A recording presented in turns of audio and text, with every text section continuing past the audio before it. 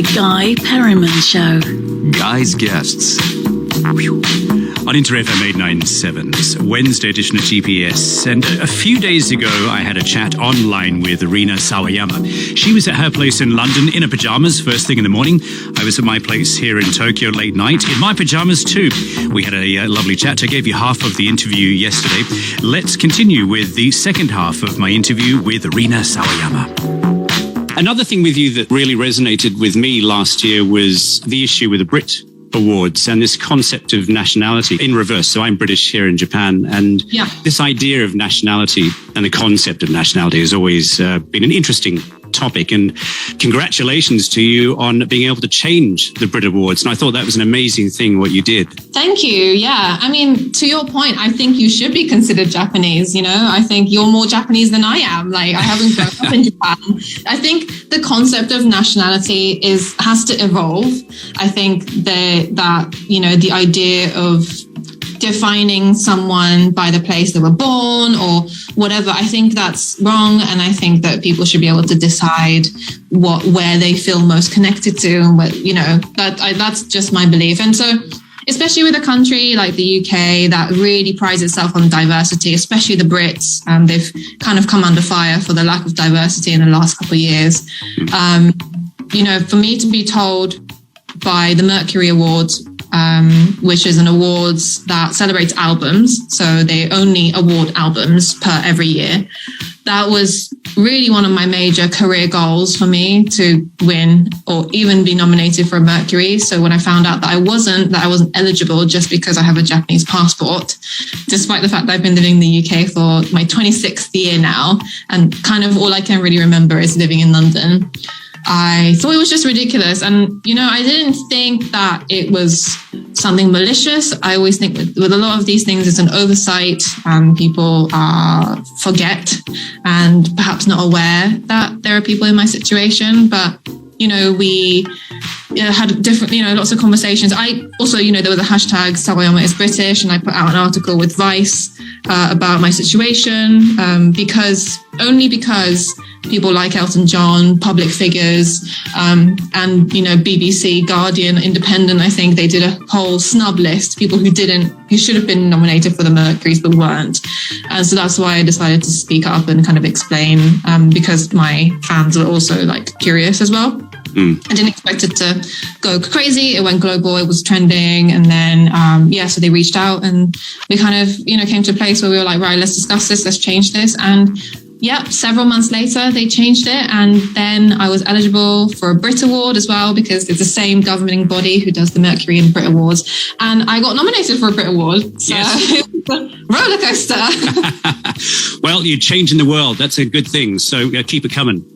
Oh, thank you. Yeah, it's really important to me to represent Japan and Asia and, to be a positive role model and to present a side of Japan that I didn't see growing up, someone that talked about Japan in an authentic way and had experiences and, but also wasn't fetishizing it, wasn't making it into a stereotype. And that was very important to me. And, this is just part of it. And I think if this can affect other people, if it can extend eligibility to other people, I don't know yet, how many people it will affect, but I really hope it gives dreams and hopes for people who perhaps thought they weren't eligible before. On the concept of nationality, and the reason actually this whole story resonated with me is because over the years I've written a story and I'm now trying to turn it into a stage musical. But the concept and the catchphrase of the story is not where you're from, where you're at, which was actually a bit of graffiti I saw on a nightclub wall here in Japan the week I arrived in Japan back in 1990. And I've never forgotten the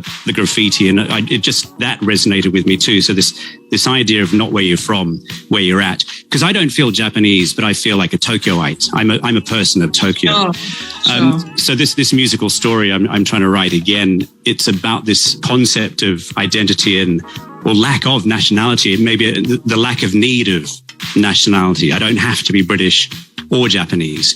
How do you feel about all that? I 100% agree. I don't feel English, but I do feel very British, and I'm a definite Londoner. So I'm with you on that. I think nationalism and being so precious about where people are from, keeping other people who aren't where you're from out of the country, I think that only sparks hate and war. I think if we were all able to accept diversity and see it as a positive, which is what luckily, growing up in London, I grew up thinking that that the world was diverse. That's literally what I thought. There was girls in headscarves, different nationalities, different religions. I never questioned it. I just grew up thinking that was really normal. But it was only when I left school that I realized that people do get abused for, looking or believing in different things. And, I think that's really, something that I think I will make that a mission of mine the whole of my life. The feeling of acceptance that I think everyone deserves, and the feeling of not being persecuted, I think is a really important human right. So that's something that I'm definitely going to constantly talk about. And yeah, I just think that there's a lot of that. I think that's the future, to think about nationality in that way. It's not what your passport is, but yeah, it's where you're at. I totally agree with you. Oh, you'll have to star in my musical one day. I would love that. I really want to see this musical. I want to read the script. I'm interested. I'll send it your way. I actually realized a couple of days ago, I was reading all sorts of bits and pieces about you. I only realized that you were born in August 1990, and I came to Japan for the first time in September 1990. So we arrived in this country at exactly the same time, which is kind of interesting. Yes. In very different ways, but yeah. Yeah. I felt like I was being born again when I arrived. So amazing. Any early memories of Japan? Any favorite memories of Japan? Oh my God, yes. I love my early memories in Japan. So Niigata is where my mum's side of family is from. And obviously it's where I was born, but every single summer I would go back and I'd just be surrounded by rice paddy fields, and it would be so inaka. And, the food was amazing. The rice was amazing. I just remember it feeling really like home for me. I would get so many mushi sasareru. I'd be covered in bites and be so itchy all the time because there'll be so many mosquitoes everywhere. They've just started again. Yeah, exactly. I can imagine. Oh my gosh, it must be brutal. Rainy season's with us, so are the mosquitoes. Yeah, the tsuyu is disgusting. That is so weird. My ankles, and they would bite my eye, my eyelids, or just. But you know what? It was my favorite time ever. I was so active. I'd be cycling around, just honestly. And when I watch Totoro or any Studio Ghibli movies, that is literally where I would spend my summers, is rice paddy fields, huge mountains, and beautiful scenery. And so I have such positive memories. But also, my dad's side is from Tokyo, so I would be hanging out in Shibuya and Harajuku, and I would love going to Sony Plaza. Yeah. I was obsessed with makeup, and I was so obsessed with the magazine 17. So it's really weird because I grew up right about the time that Kiko Mizuhara, when she joined 17, I think she was literally 13 years old, to now, we're friends now. So it's a bit it's so crazy, to think that part of my past has now come back. But I was obsessed with 17 magazine. I also have two older siblings, half siblings, and they were 8 years and 12 years older than me. So they would, take me around, and I would go with them to random things. And I love it. I only have positive memories, and yes, so I love Japan so much. I can't wait to go back. It's been since 2019. I haven't seen any of my family. My entire family is based in Japan, and so I really want to get back there as soon as possible. Well, I do see on your website lots of dates for live tour coming up, and we're can't wait you get back to Japan sometime in the future. Yes, well, I only can travel to countries where it's safe to do so, right? So it's really hard, especially with Asia, with the routing of the tour and stuff, it has to be with Australia and New Zealand and Japan and the rest of Asia. So it's really hard to get all of that synchronized. Hopefully, Japan will be, I cannot wait to do a show in Japan.